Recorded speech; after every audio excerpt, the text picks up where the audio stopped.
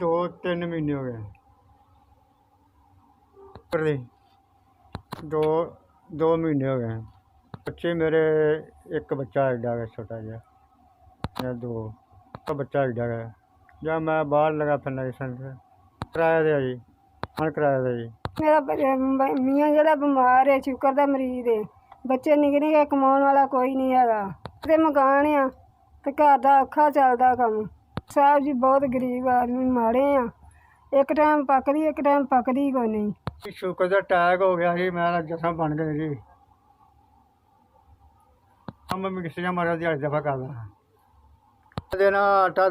गवांढी गुंढी दे छड़ते हैं जी। एक डंग का सिर पकदा डंग नहीं पकदा जी गवांढी दे छड़ते रुपये तो तंग है जी बहुत तंग है दे छड़ते आटा सारे दाना दे छड़ते हैं शह नहीं है रुपया नहीं है सारे घर शह को नहीं खाने लगी जी आई मुक्की है जी। मैं साहब जी बड़ा तंग है मैं शुगर तो दवाई जोगा नहीं रह गया पैसा को नहीं कोल दवाई जोगा भी बहुत गरीब है जी दवाई लियावांगा खावांगा फिर काम करांगा जी। साहब जी तुहाडे वालों 3000 रुपया मिल गया अल्लाह तुहानू बड़ा दे जी अल्लाह तुहाडी खुशियां विखाए तुहानू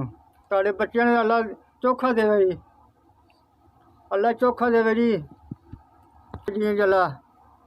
दे जी अल्लाह तुहाडे माँ प्यो नू खुश रखे जी अल्लाह तुहाडे माँ प्यो की जिंदगी तुहाडे बच्चों की जिंदगी करे अल्लाह जी अल्लाह तुहानू ना अल्लाह तुहानू बाद रखे अल्लाह तुहानू जिंदगी तुहाडी बड़ी करे जी भला करे जिंदगी सही करे जी तुहानू बाद रखे अल्लाह तुहानू ना तुहाडे माँ प्यो की जिंदगी करे अल्लाह अल्लाह तुहाडे बच्चों की भी जिंदगी करे अल्लाह तुहानू बड़ा दे अल्लाह बाप नू जिंदगी दे तुहाडी माँ नू भी जिंदगी दे अल्लाह तुहाडे खजाने भरे तुहानू अरशां दे भाग लाए